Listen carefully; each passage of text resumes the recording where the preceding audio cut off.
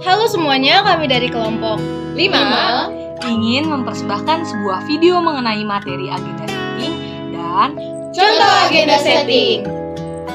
Seperti apa videonya? Let's check this out.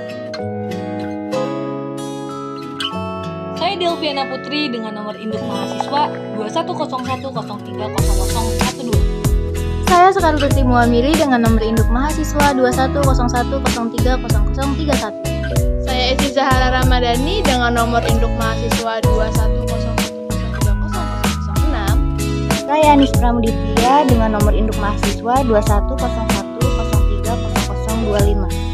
Saya Resi Ramadanti Aulia dengan nomor induk mahasiswa 2101030007. Sejarah teori agenda setting.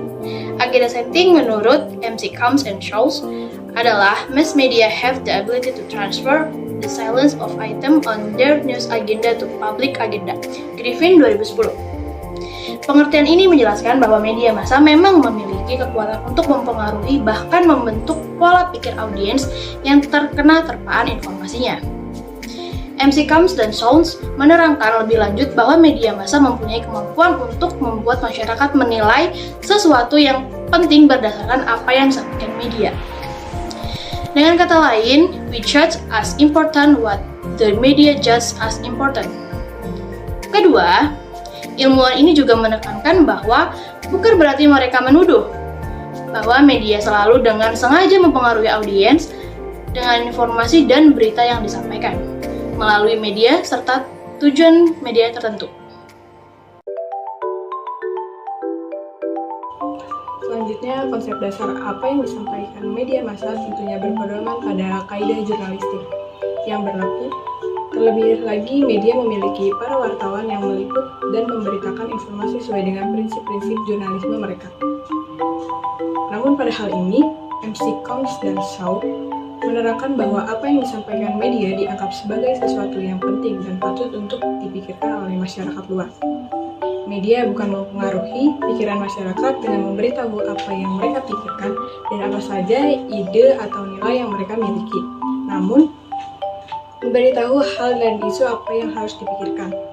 Masyarakat luas cenderung menilai bahwa apa-apa yang disampaikan melalui media massa adalah hal yang memang layak untuk dijadikan isu bersama dan menjadi cakupan ranah publik. Dengan begitu, masyarakat pun menilai apa yang dianggap penting oleh media adalah hal yang penting juga dan memang harus dipikirkan atau minimal mempengaruhi persepsi mereka terhadap hal tersebut. Meski begitu, MC Combs dan Schultz tidak menutup pandangan yang menghargai dan meyakini bahwa audiens juga memiliki kekuatannya sendiri, yaitu dengan hipotesis selective exposure. Hipotesis ini menjelaskan bahwa manusia cenderung hanya akan melihat dan membaca informasi serta berita yang sejalan dan tidak mengancam atau bertentangan dengan kepercayaan yang selama ini mereka miliki dan bangun. Hal ini menunjukkan kekuatan dan kebebasan manusia dalam memilih, menyortir, dan menerima pesan yang disampaikan oleh media massa. Dengan begitu, dapat dilihat bahwa teori agenda setting memiliki keunikan yang mendukung dua asumsi dasar yang menarik. Yang pertama yaitu teori ini menyatakan dengan jelas bahwa media massa memiliki kekuatan dalam mempengaruhi dan membentuk persepsi masyarakat. Di sisi lain, teori ini juga mendukung hipotesis bahwa bagaimanapun semuanya kembali lagi kepada individu, di mana mereka memiliki kebebasan untuk memilih apa yang ingin mereka terima.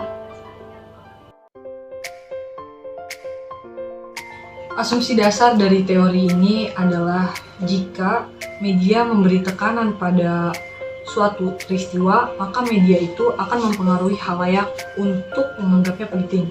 Jadi apa yang dianggap penting bagi media, maka akan dianggap penting juga oleh khalayak. Dalam hal ini, media diasumsikan memiliki efek yang sangat kuat, terutama karena asumsi ini berkaitan dengan proses belajar, bukan dengan perubahan sikap dan juga pendapat. Secara spesifik, ada dua asumsi mendasar dari teori ini. Yang pertama adalah pers dan media tidak mencerminkan realitas yang sebenarnya, melainkan mereka membentuk dan mengkonstruk realitas tersebut. Yang kedua, media menyediakan beberapa isu dan memberikan penekanan lebih kepada isu tersebut. Yang selanjutnya, memberikan kesempatan kepada publik untuk menentukan isu mana yang lebih penting dibandingkan dengan isu lainnya.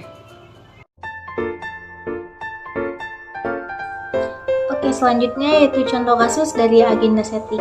Nah, agenda setting itu sendiri adalah menciptakan public awareness atau kesadaran masyarakat dengan menekankan sebuah isu yang dianggap paling penting untuk dilihat, didengar, dibaca, dan dipercaya oleh media massa. Nah, dari sekian banyak isu, teori agenda setting ini akan memilih dan menekankan satu isu yang dianggap paling penting. Seperti contoh yang kita ambil yaitu mengenai wabah cacar monyet ini. Apabila satu media memberitakan tentang isu tersebut, biasanya semua media akan ikut memberitakannya. Dan itu semua adalah bagian dari agenda setting.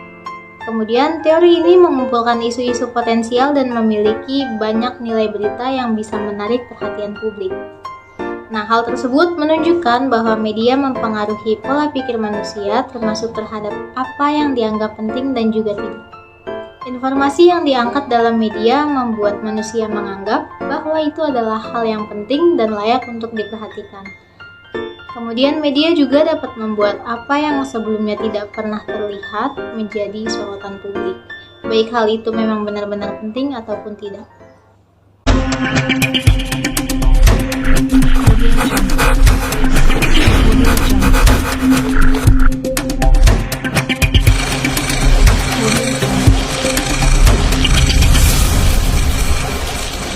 Audio Jungle.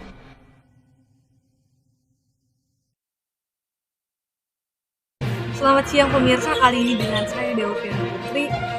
Selamat siang pemirsa, kali ini dengan saya Skartu Timon. Selamat siang pemirsa, kali ini dengan saya Isi Zahara ini. Selamat siang pemirsa, kali ini dengan saya Resi Ramadan Aulia.